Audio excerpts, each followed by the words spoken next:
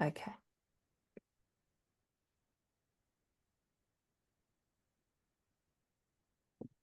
Hi there, and welcome to today's episode of A Different Way of Seeing, a podcast where we talk all things disability. I'm your host, Lois Strachan, and today we are talking with low vision consultant and device creator, Jenny Webster. Jenny, welcome to the podcast. It's great to have you on the show. Thank you. It's great to be here, and I've loved listening to your podcasts. Thank you so much for saying that. It's always nice to know that there are people out there who take the time to listen to what I do. So, Jenny, as someone who's listened to the show, you know the first question that I always ask people is just to ask them to introduce themselves and tell us a little of their story. So, can you do that, please? Yes. So I'm Jenny Webster, Jennifer, when I'm naughty. And I am, for those who can't see, I am a pink lady in my mid-50s. I've got white hair. Today I'm wearing a light blue top, which you might be able to see against an orange background. And I like to imagine that I've got no wrinkles. So that's kind of what I look like. And who I am a wife, a mother, a whole bunch of things. When I was 22, I married my best friend, and we've got 2 grown children and 2 grandchildren. And while I'm on the 2s, I've got 2 visually impaired eyes, 2 low vision eyes. And when I was 9 years old, I was diagnosed with Stargardt's disease, or Stargardt's dystrophy, some people say. So I started losing my central vision, which caused a lot of trouble with reading and writing. So thank goodness I'd learned to read and write in grade 1 and 2, but by the time I got to grade 3, it was starting to become a problem. So most of my school career, I used assistive devices, different forms of magnification, basically magnifiers, handheld and electronic, and also binoculars. And yeah, so I also realized that if I lose my central vision, I could still move around quite quickly. So I started to take up sport and started to move a lot faster to cover my blind spots.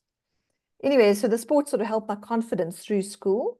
And then eventually I landed up going to university. I did a BA honors in human movement studies, and then went on to have kids. And then into a little bit of part-time employment. I started off as a hockey coach for under 9s, and I couldn't even see the other side of the quarter field. But anyway, it was wonderful that I was invited to work, and we'll go into the work story a bit later.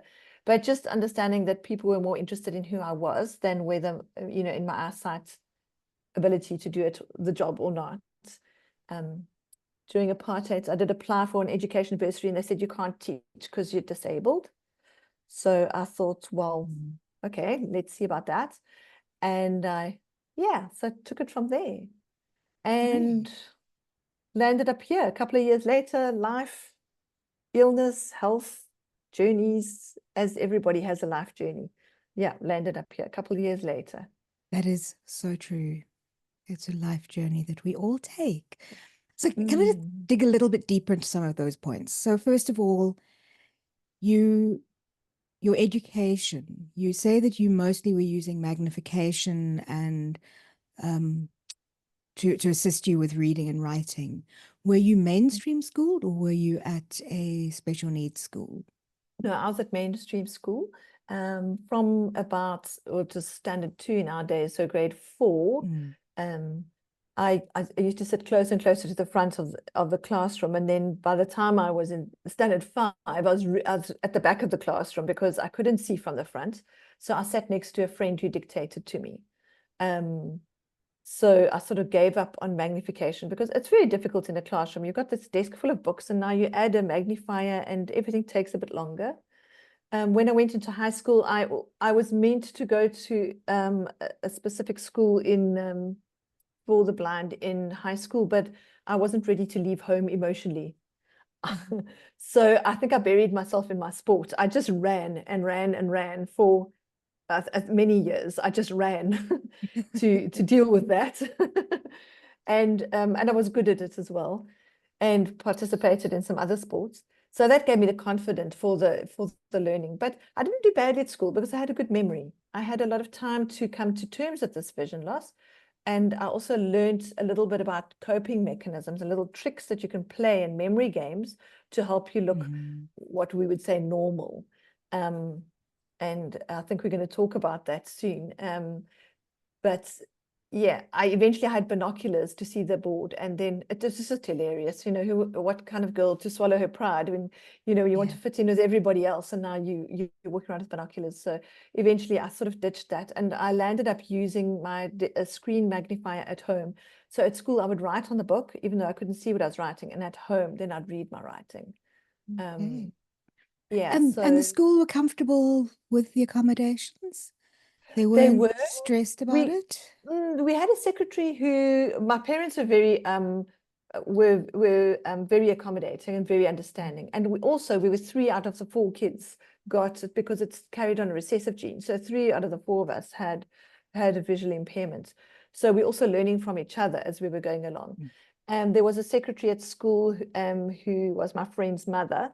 And so she enlarged we used to have cycle exams every Tuesday and Friday, and she would enlarge my papers for me. And if they didn't, then I'd excuse myself from the class, go and get my paper enlarged. I'd tell them how to enlarge it, to which percentage, and then I'd come back and start a little bit later than everyone else. But I managed to get by, and I got through with a good, I would say, a university entrance matric. So and in terms of the writing of the exams, did you have a scribe or someone to assist with your Also writing? using a handheld magnifier, I did get extra time.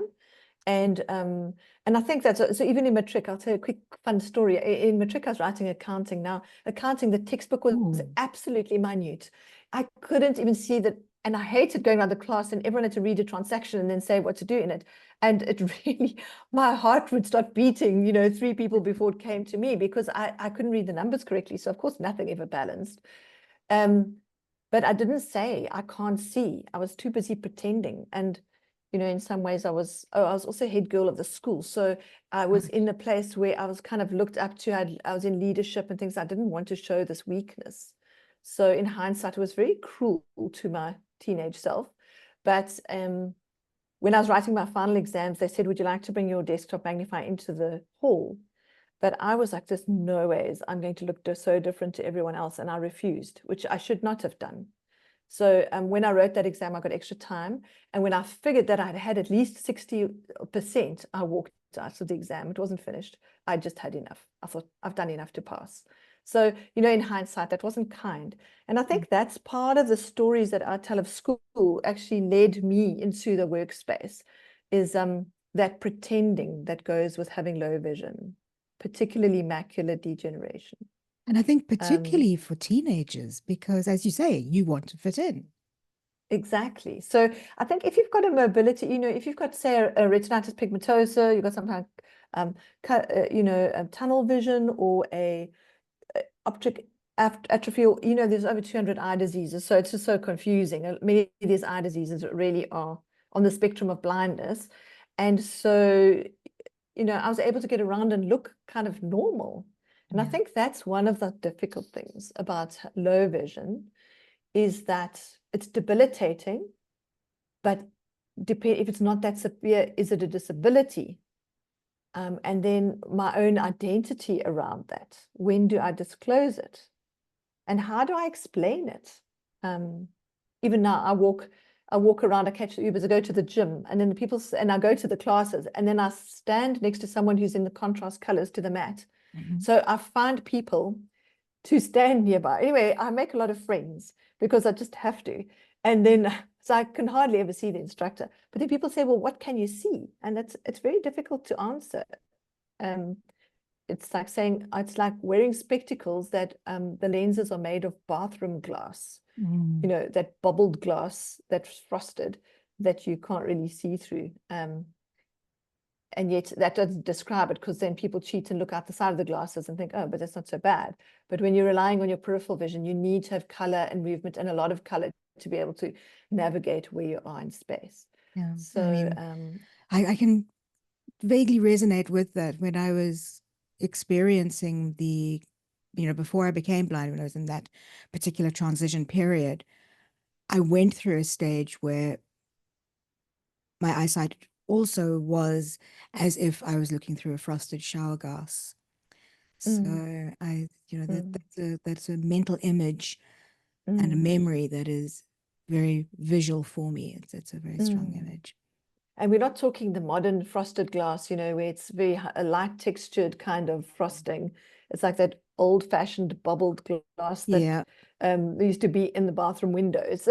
Yes. um, with all different size bubbles. And then for me, my blind spots are also moving. So they pick up the colors around what I'm looking at. And it looks almost like, they show a criminal on TV and then they pixelate the face so you can't recognize it. And if I'm really close to TV, it's like, oh, that's how I see. And so it's quite exhausting at times to have one's eyes open. I can imagine, for me being completely blind, totally blind, it is what it is. I just, that Yeah, is what I cannot see. But I yeah, think I often feel that life is a lot more challenging for people who are low vision. And because of that question, that mm, whole, you know, the mm. description that you're giving, it must be incredibly hard to navigate that. And I think that's where it's, some helpful questions for people with low vision, and understanding also that everybody's low vision looks different. Mm. There's not one size fits all at all. And then obviously your personality and how and where you're at in the grief process as well, because you haven't grieved or come to terms with it. So, I mean, I was diagnosed at 9. I was 45 and I got cancer. And that was, and then I had complications. And then only at 45, I started to process this visual impairment, which Mm. was basically like living with trauma every day of your life and not realizing it. So you kind of dissociate, and your body dissociates from your person, and you don't listen to your body. And that's how I got sick with cancer. Disease is dis-ease. And I'd Yeah. carried that lack of ease for so long. So it was actually a very good time to have a disease stop me in my tracks, to say, okay, what's going on here? How do I get to listen to my body now that I've Yeah. pushed into this fear zone for so many years? Yeah, so I think low vision is very misunderstood, and I know it's one of the biggest, if you call it a disability, from the time the doctor says, look, there's nothing else we can do to correct your vision with spectacles or anything else, until the time where you're severely visually impaired and you just have to go the blind route. You're doing audio or texture or braille or Yeah. to replace vision. That whole, the number of people there is actually more than all other disabilities put together. So it's a large number of people, but a lot of that is non-disclosed. Yeah. Um, and so, which takes me to the next point about, when is it, you're trying to be normal. Yeah. And so you have all these coping tricks.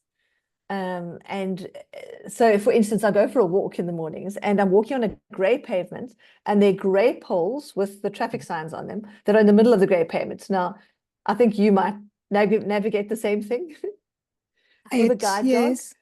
Yes. And the guide hopefully takes you around the right side of the pole Yes. Well, up they do into learn it. that. They are Yes. trained to do that. Yeah. Yeah.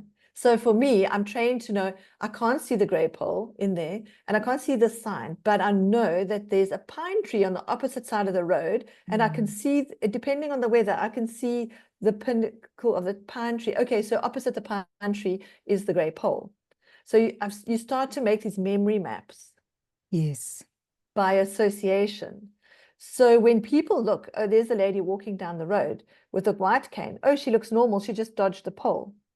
Mm. Well, it's that whole looking normal that for years I was training myself to do things like that, by association yeah, just to look normal. So my sister and I, so she's visually impaired as well. So we met at Bean once. So we picked up, sorry, no advertising, and we picked up the menus. They were so thrilled to bring us the menus. And then eventually I was looking left and looking right, and as if I was reading it. And then she said, Jenny, what are you doing? It could be upside down. Your whole body language is doing the thing, or walking to the post box and taking out the mail and then flipping through it as if you can see it, because that's What- you know, That's growing up that's what they seeing do. that's what people do. Yeah. And it's like, I don't know if it's upside down or which way is the letter, you know, facing. So, you know, it's catching yourself doing these little things. And so that, yeah. So that's where I started to write stories that then became helpful to some other people. Okay. So, you know, you've been outlining and just in explaining some of your lived experience. I think you're really touching on a lot of the real challenges of living with low vision.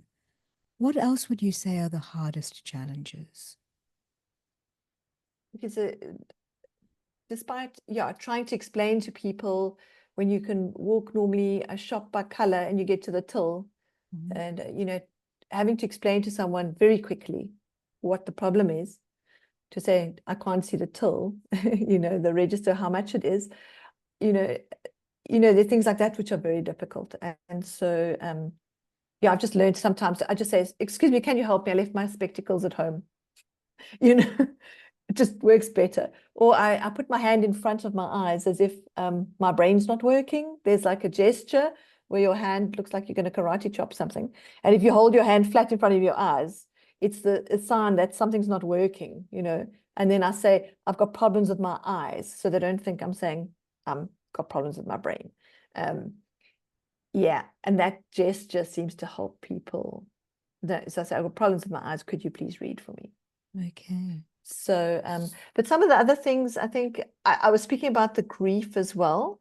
Also learning to, socializing.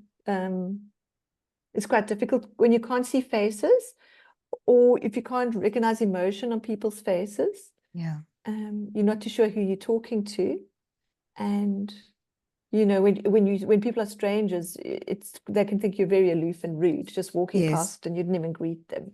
Yeah. And when they find out, they're like, "What? No way! She can't be like nearly blind. You don't look blind. Oh, yeah. No, you don't look blind at all." Or you And don't so, but act once it. it's Yeah. yeah. And Like, so I remember writing an article called "The Great Pretender," you know, of how catching myself out at these pretenses that weren't helpful, yeah. and some of them weren't helpful in relationships. So now I say to people, oh, just say to me, oh, it's hi, blind lady, I've forgotten your name, but I'm Joan or Peter, or, Yeah. you know, give them permission to forget my name and tell me who they are. Oh, yeah, I often go through life just being the human on the other end of the dog leash with the guide dog, because guide dogs they stand out. And, you know, in communities, and especially smaller communities, everybody knows the guide dog's name. Yes. I mean, we do it ourselves in the guide dog community. We all know the dogs' names. Will we remember the humans' names? That can depend. So I kind of do understand that kind of challenge. Yeah. Gosh. I think also for like as you're talking now, you know, some people are also very aggressive. They say, "Look, you're pretending. What's the point? You're walking Yeah. around with a cane, but it looks like you can see." And I actually even had one guy, he was a beggar actually in the middle of town, and he actually went in front of me and lay down in front of me to say, "No, you Oh, definitely can see." So I walked into, you know, with my cane, and I went, and I did stop.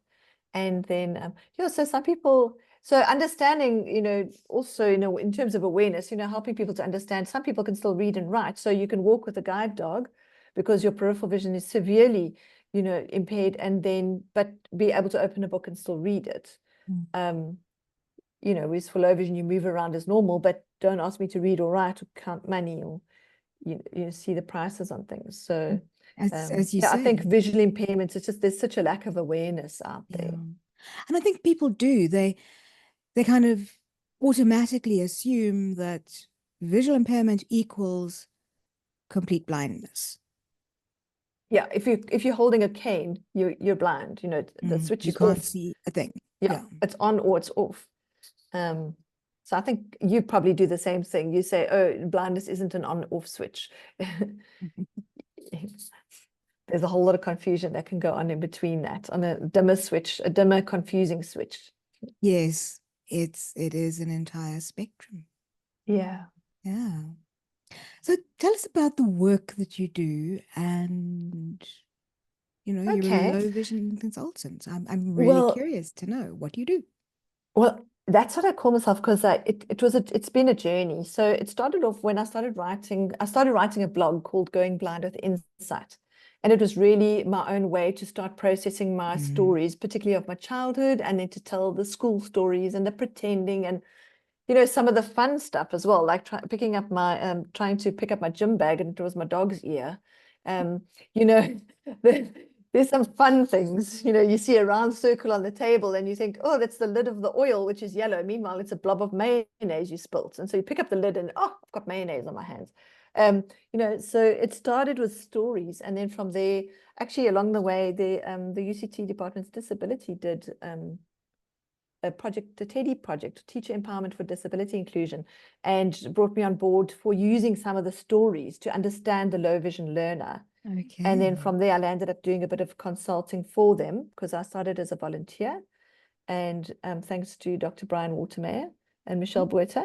And then I started to, and then I was helping to say, well, can you make the style guide a little bit better for low vision? And then I went into help on looking at some of the colors and the contrasts that could be used, the different backgrounds that make a difference to if you had a visually impaired teacher wanting to do this program online.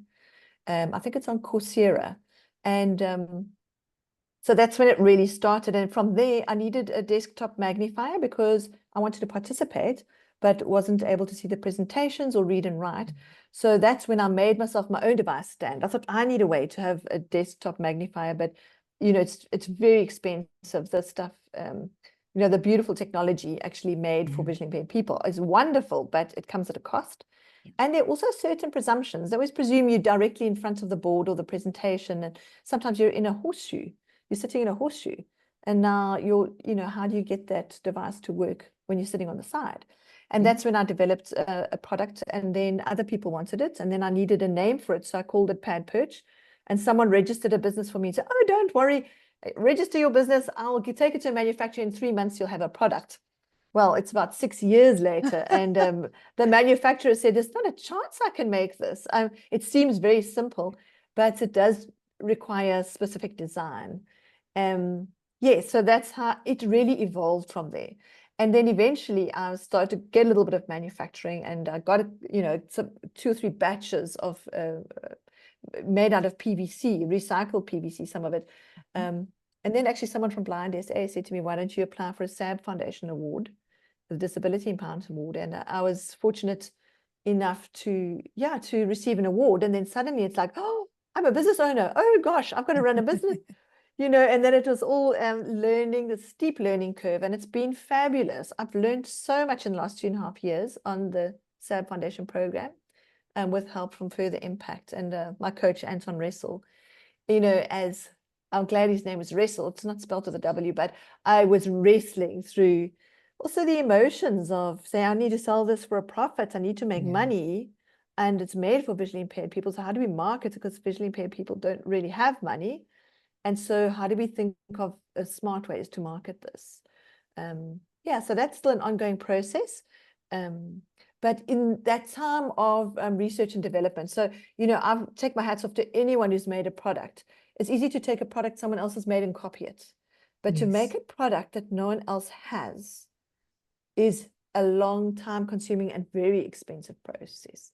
So a lot of your grant funding has an exclusion clause in there. We don't support research and development or design for manufacture. Okay. So that is a whole process which I'm still in and learning from. But I hope to get the product out there for household use, because it's got other, it's made for visual impairment, but there are many other people buy it for other things.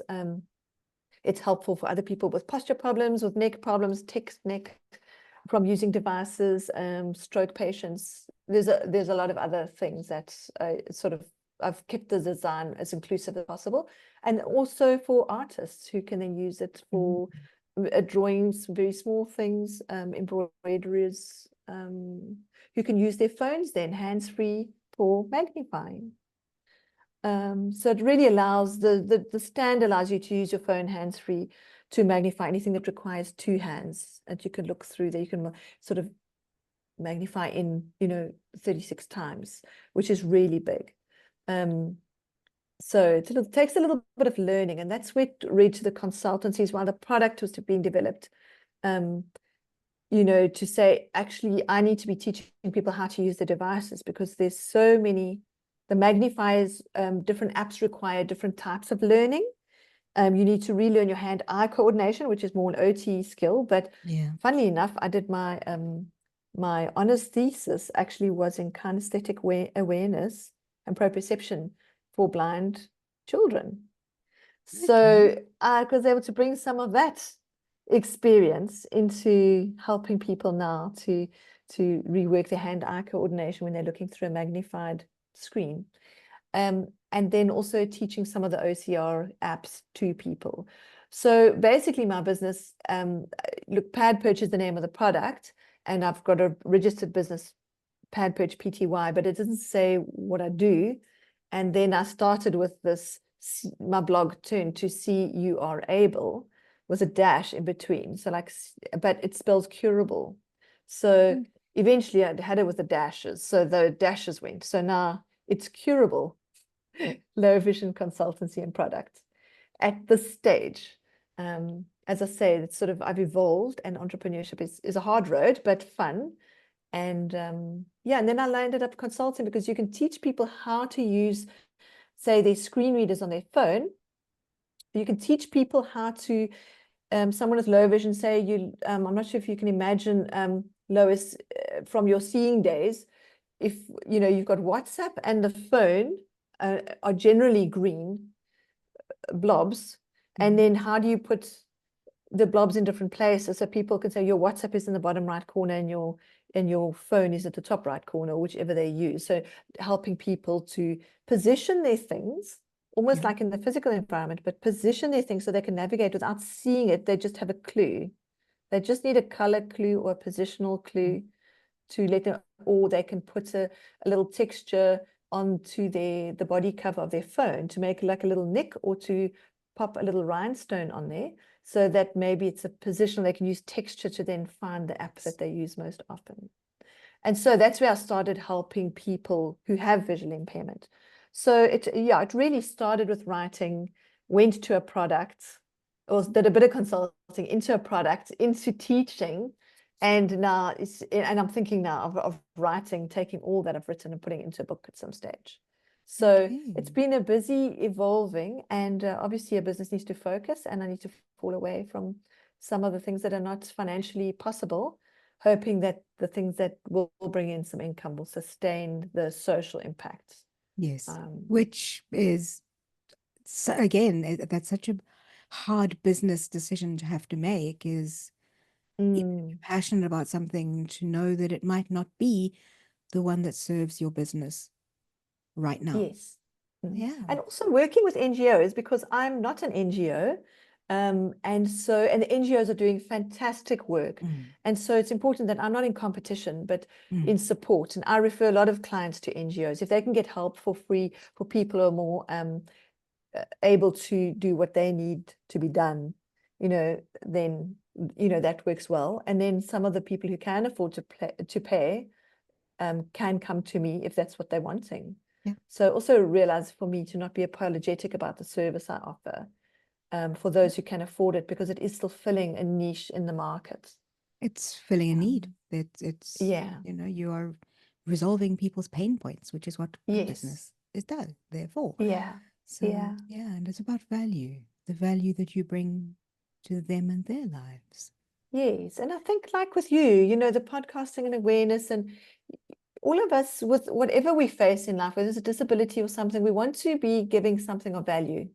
We want to leave a legacy. We want to make an impact to somebody somewhere, and how about, using our very disabilities to leverage what, our highest contribution to society.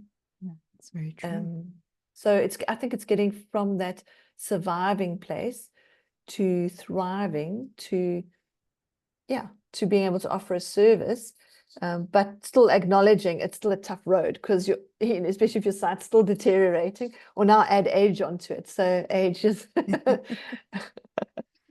we're all going to be we're all aging. So yeah, learning to be okay with our limitations. Yeah. Yeah. I wanted to turn a little bit to something a little more specific, because I know that you've done a certain amount of work around online and digital accessibility, and looking at, how to make the design of online resources more inclusive of people who are low vision. So Yeah. what type of challenges would you say are unique to people who are low vision as opposed to people who are, like me, totally blind? Yeah, well, I think this is really a big thing, because I think for low vision, well, actually for any disability, design of your environment, whether it's physical or digital, has the power to enable you or disable you. Mm. So you can be as efficient as you can possibly be on a screen reader, but if the buttons are not labeled correctly, you Yeah. cannot access that information and you get locked out. And so similar with low vision. And I think because low vision has such a broad spectrum of visual confusion, it's very difficult for designers, and even within the WCAG guidelines, for those who don't know the world, the guidelines for accessibility compliance, they, low vision is really at the highest level of design, because there's a lot you need to understand to get that right. But some of the fonts, for example, italics are not great for low vision. You're struggling to see, and then they're very curvy and all the lines go in the same direction. So it's a very difficult font to be able to discern, especially if you're reading by the shape of the word. So with macular degeneration, or someone with dyslexia. So maybe you can see perfectly well, but so whatever goes for low vision can be useful for other people, even third language users. If you'd rather read a nice legible print that's rounded, where you can see the letters going below and above the line, as in a lowercase font, is much more readable than uppercase, uppercase, which looks like a block of sticks. Yes. And so whether it's low vision, third language users, dyslexia, there's a lot of information around that that can be really helpful. My challenge is putting it, because I'm such a visual thinker, is be able to create the own visuals myself. And that's where I have worked alongside my daughter for a while, and then getting some funding to get someone else as a designer to say, this is what looks better. And I spent a lot of time with the web developers who I use to help them make my website low vision friendly. So if people go to my website, they'll see that they're tiny little textured dots on the side, very fine texture, so it doesn't confuse people or allow people, OCD to start counting them and see that there's one missing, but enough that it just takes some glare off the screen. So I've particularly chosen an oatmeal color for a background instead of white. So a lot of people with low vision have struggle with glare sensitivity. So they either put their phone onto dark mode, but some people see better in light mode, but then you need to reduce the glare. So also helping people, there's, the user is part of this design. It's the designer. It's a whole team, really, accessibility, because it's the coders, then it's the designers, and who are bringing in the colors, the contrast, the filters, understanding the different forms of color blindness as well. Yep. So some of our very well-known brands are terrible and for color blindness, and more than 10% of men have problem with red-green color blindness. So they're really, and these are sighted people. So it's just the lack of awareness that I think has caused this.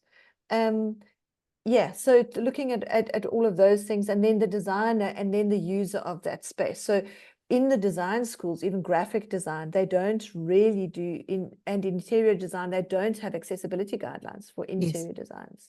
You get it for your buildings, but you don't get it for your, for your signage, or the people who are designing with actually a textured wall there would provide a landmark for me to get around the building. whether you've Yes. got low vision, whether you have a cognitive impairment of some kind, or someone aging who's perhaps, early Alzheimer's or dementia. Those are visual clues, which are so helpful, but can be so tastefully designed to make landmarking spaces. So yeah, it's just, for me, it's the awareness that our brands are needing to be able to create in a way to get a double check on, make it beautiful, but with the awareness around low vision, dyslexia, dementia, and to be honest, just stressed out people.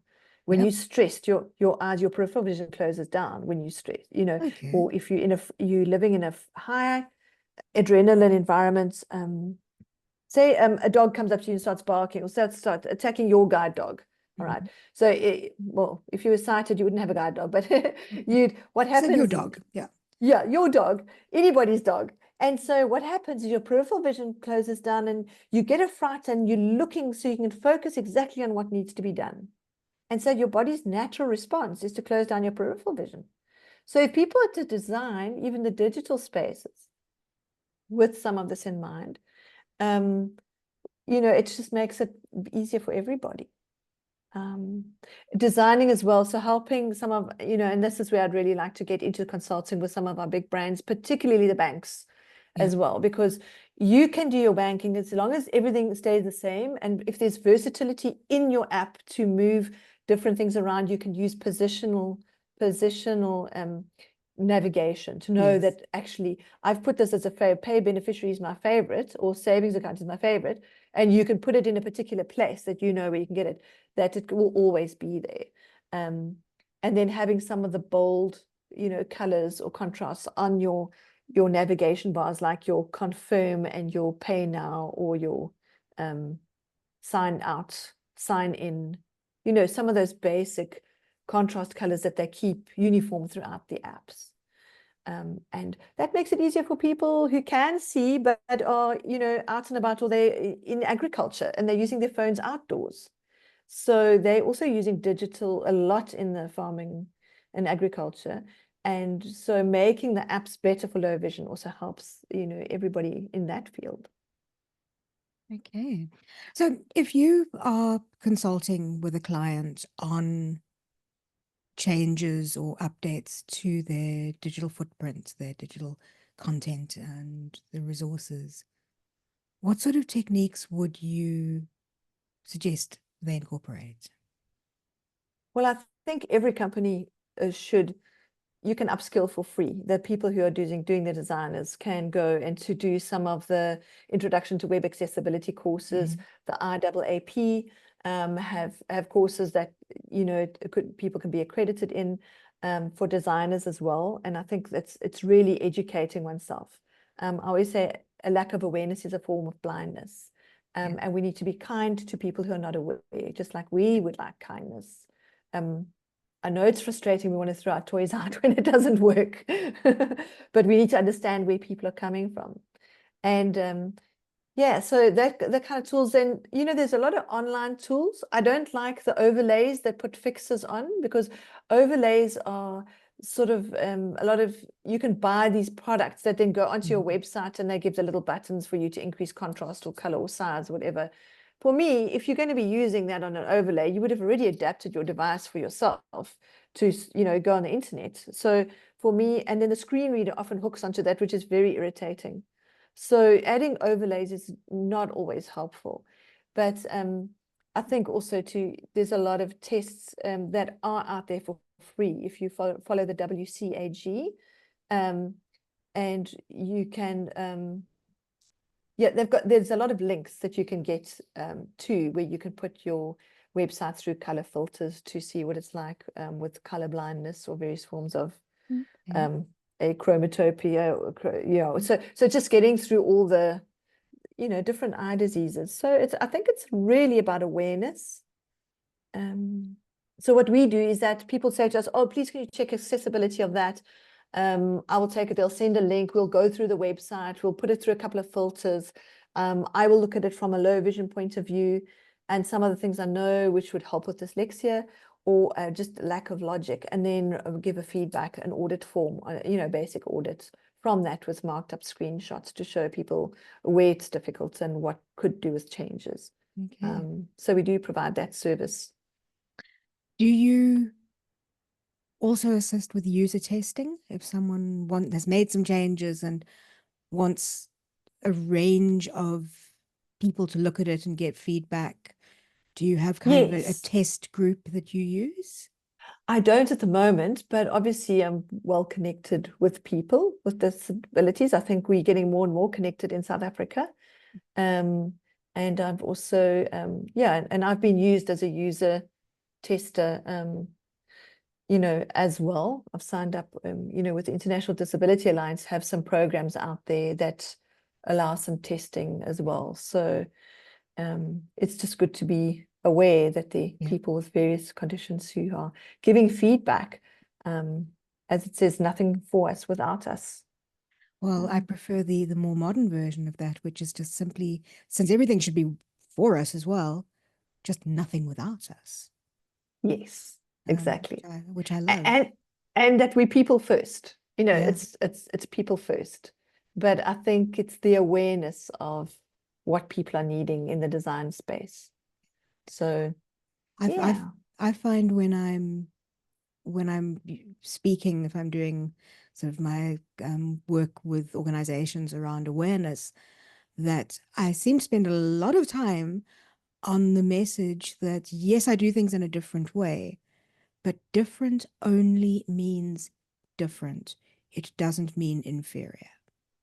yes. And, we access online resources a little differently. The way we see things is a little different. That doesn't necessarily make it less. Less. Yeah, I like that. So different just means different. Mm. But I obviously not all our accessible and inclusive work is high tech. What about some low technology solutions what would you recommend that Yes. people can implement in their everyday lives? Well, there are things, most of my social media, a lot of it goes around little tips and tricks and hacks, which come out for free, but I just love doing them. Things like I've got different color cutting boards. So I don't cut a white onion on the white board, or I don't, you don't cut the cucumber on the green board, you rather switch it out. So basic things like color, contrast, trying to find a kettle that where the base was not the same color. The base of the kettle was not the same color as the kitchen counter. So I kept on putting this. My sister and I both break kettles at a rate until I got one, specifically found one with a base that was a contrasting color to the countertop. I know you can use mats as well. So mats are also very helpful to have for various things. I've got you won't be able to see it now, but I've got a little, I think it's a thingamajig. It's a little man. I think he's meant to be a glasses holder. It's from the Crazy Store, I think. And he's just a little wire man covered with plastic, and he can go in various shapes. Anyway, I use it. I hang him over the front of my computer, and let's just hope I don't close the camera. And his arms on either side of the camera. So when I'm looking at his face, I can imagine, I can see the outline. So I kind of smile at the little dude and know that that's sweet. My nose should be facing that camera. So so the small tactile textures, memories, rhinestones are very helpful. I don't know, I'm sure you find that too. I don't actually use them. I know I did see some posts that you put out about how you were incorporating them into various different use cases to give you a tactile and visual cue of where a button is on a flat screen device. Or occasionally on a keyboard where it's got, it goes at an angle, especially when you're learning to touch type. Obviously you've got your your middle home keys, but on the side, as long as it doesn't affect your laptop when it closes. But I use the rhinestones for washing machine. If you're traveling, I take it with me. I can put it on the setting I need for the dishwasher or whatever it is. You can always pick it off before you go. or on a particular set of keys. So elastic bands are another low-tech, really helpful object, Yeah. particularly for discerning between your shampoo and your conditioner, you know, if they're not the same shape bottles, if they are the same shape bottles. So just put elastic band around one, as long as your memory can remember which one you put an elastic band on. Yes, that is very much the case. I mean, I use a lot of that visual memory, well, non-visual memory, Yes. to help me to differentiate things like my eye makeup. Only somehow I got the memory mixed up in my head and landed up going out with my makeup on backwards because I'd put the dark color across my eyelid and a little dash of the light color on the side instead of the other way round, and then went off and gave a presentation to an audience. So Yeah, you know who your friends are when you arrive at a place. I'm not sure about you, they but the tell first you, thing I do is, I need a girl to come and fix my face. And, you know, I say, use your own spit. I don't mind. You know, they lick their fingers and rub on my yeah, face, and, you there's no know, other mascara resources. on the nose. And I might even have mascara on the nose now. Who knows? Someone could have a laugh if there is. But yeah, I think it's just being okay Yeah, yeah. with it not being okay and having to laugh at oneself. And I think we do become more comfortable with that Yes. as we get a little bit older. Yeah. We just laugh Mm. things off a lot more easily. Yeah. And I think that's what's difficult for teenagers, you know, because they want Mm, to fit in and want to yeah, not be odd. And it's a normal stage of development that they're going through. And yeah, so ode to my teenage self. It was a little bit cruel, some of that, those expectations and coping mechanisms. I think the worst thing is when we look back to sort of our younger selves is to realize that a lot of it we did to ourselves. So, Yes. Yeah. yeah. And one's own perception around how we received in public, or, you know, perceived in trying and having permission to fail, because a lot of the time we've got to be sort of championing to the cause, but realizing, you know what, okay, this is getting too heavy now. Mhm. I'm a people like any other people. Yeah. And to give ourselves that grace Yes. to also fail. And I think often we feel like because we got disability, we champion a cause, whatever, it has to work out. Well, you know, does it really? We're still loved if it doesn't. We're still people. Here we go. Yeah. Jenny, if people would like to reach out and contact you, you've mentioned some of your sites already, but maybe we can just put them all here in the same place. How can they reach you online? So I think the safest way is through the website, which is www.curable, curable.co.za. And from there, they'll find our social media handles. Perfect. Yeah, Thanks so much. We will include that in the show notes. thank you. So So carry on. I was going to say this has been great. Well, So we haven't lovely to quite talk finished to yet. someone. Just as a final question, what advice would you give to someone with a new diagnosis of visual impairment? Where should they start? I think for me, I suggest firstly getting help, acknowledging it's a problem, but it's not the end of the world. There is a way through this, but I need help to do that. So to reach out to some of the NGOs, they can reach out to me, just come and have a talk. Because once you have spoken to someone who's gone through it as well, connecting with peers, it creates, you suddenly realize there's a whole community you can belong to. And yes, it's a learning curve and there's support available. And I think for me, that is one of the first things.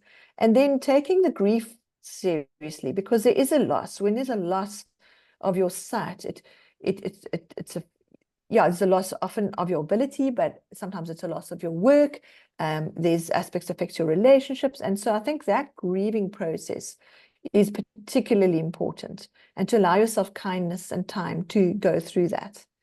I find it very difficult to teach anyone a new skill if they haven't gone through that process. So that's why I interview them first and then say, let me suggest this. And then to be open for new learning. Our brains, even if we are aging, our brains can always learn new tricks. I've taught some people into their 80s and 90s who are just flying. They're so excited they can now read their emails, or they're using apps to go through a box of old letters from their deceased husband, or, it's wonderful what can be done.